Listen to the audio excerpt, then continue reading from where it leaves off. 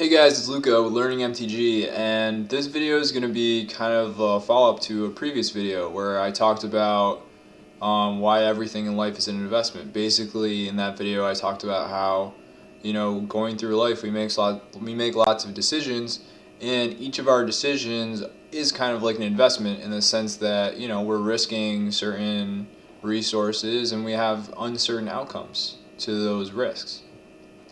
Today I'm going to talk about kind of a similar topic, which is, what are the best investments? And I think someone who's just sees the title of this video may think like, oh, I'm not going to talk about crypto versus stocks versus bonds versus collectibles or any of that.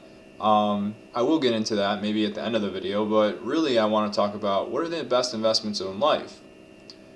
Can we take it a step further? Can we step one step back and see a little bit of a bigger picture and not just think about, was buying this stock a good investment? Maybe we want to think about was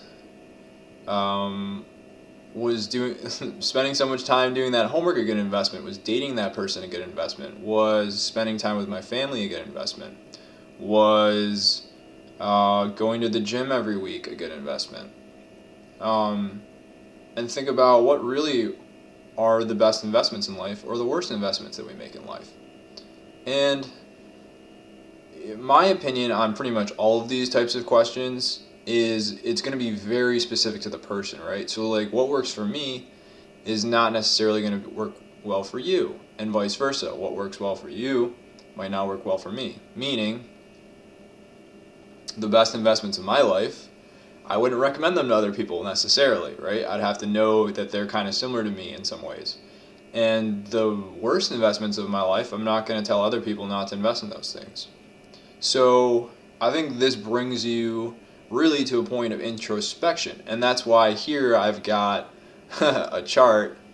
And this is my Magic Online trades, which I just kind of dabble in Magic Online nowadays. I don't do it very seriously, but one of the things they'll teach you in any kind of book about trading is that you got to take very careful notes of all your trades. You got to say, I got into this trade at this price for these reasons on this date, and I got out at this date, and I sold for this much, and maybe even have notes about why you sold, and maybe even have a note saying like, how did the trade go overall?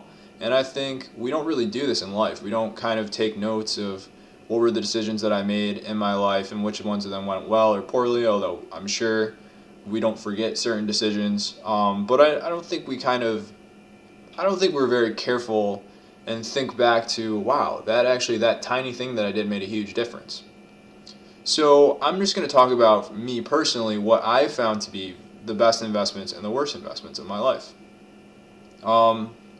One of the ones that sticks out to me like immediately is books. Like for me, reading books has been tremendous. Like the amount of value, the amount my life has been changed by reading certain books, it's incredible. Not only the fact that, buying a book usually costs what, 10, 20 bucks, and it may take you 10 hours to read it or whatever. And then I think for me, and not for everyone, some people may not like books, but for me, it's just being able to find someone who's an expert and who has such clarity and intelligence and experience around a certain topic. Maybe they spent their whole life learning about that topic, and now within a day and within like 10 hours worth of reading, I can pick up the biggest points that they learned over the course of their entire lives. That's been huge for me. And once I really realized that, once I realized, wow, some of the best investments I've made in my life are certain books that I read, I'm very open to reading new books. I'm willing to take risks on books.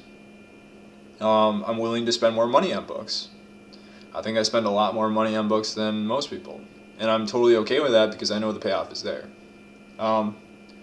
Another kind of theme that I've noticed by going back through my life and looking at what worked and what didn't were that the moments in which I was doing things that I was passionate about have really, really paid off in ways that I could have never anticipated.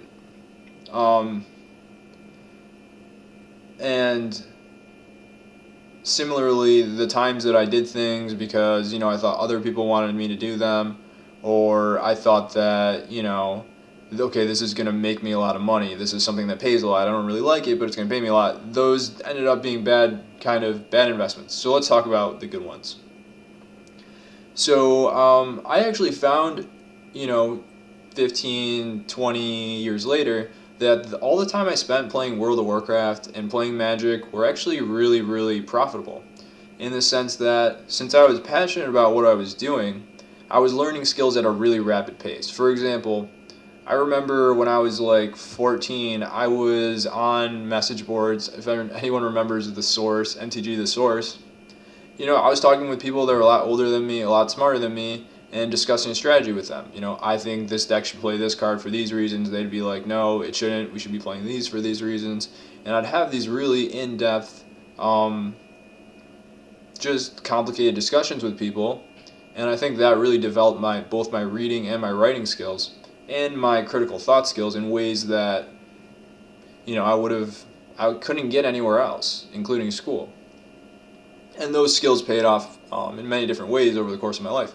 But also thinking about the connections you make. I think you make much more powerful connections when you're doing things that you're really passionate about. So, for example, I've had business opportunities later on in life, even 10 years after, because of the friendships and the connections that I made from playing games. And I'm not going to really speak for other people, but I've found in my own life that time spent, even, everyone tells you, oh, you're just sitting on a computer all day playing games. They'll tell you you're wasting your time. I've actually found that when I spent time doing things that I'm passionate about, it's really paid off, usually in unexpected ways. Okay, so then kind of the flip side of that coin are the things that I tried to do that didn't end up working. And I think, and the things that I wasn't so passionate about, for example, I did a PhD in accounting when I didn't really like it, but I knew I'd get paid a lot of money, and I knew that my parents would be cool with it. Similarly, when I first started being an entrepreneur, my first thing that I jumped into was digital marketing, things like SEO, Facebook ads, Google ads, building websites, and both those situations, I was kind of like, hey, these are like really like good things that pay a lot of money. I may not be so excited about them personally, but they seem to pay a lot of money, so it's going to pay off. In both cases, I just kind of like ran out of steam. I kind of got burned out, and I would have been much better served had I originally just started doing things that, on paper don't pay as much, but I was more excited about and I loved more. So that's it for this video. Actually, I'll also talk about Okay, so within the space of investing, what has been the most profitable for me? Actually, for me, investing in Magic cards has been the most profitable. And that's maybe something I'll get into in another video, but I think within the space of, investing in assets, I think you end up getting paid a premium when you've got really like a specialty or an expertise about it. So for me, investing in Magic cards has done much better than, say, investing in index funds or that's really, yeah, I haven't done too much outside of that, or like investing in options or anything. So those are kind of my thoughts on what are the best investments. I hope you guys enjoyed this video, and I hope to see you guys in the next videos.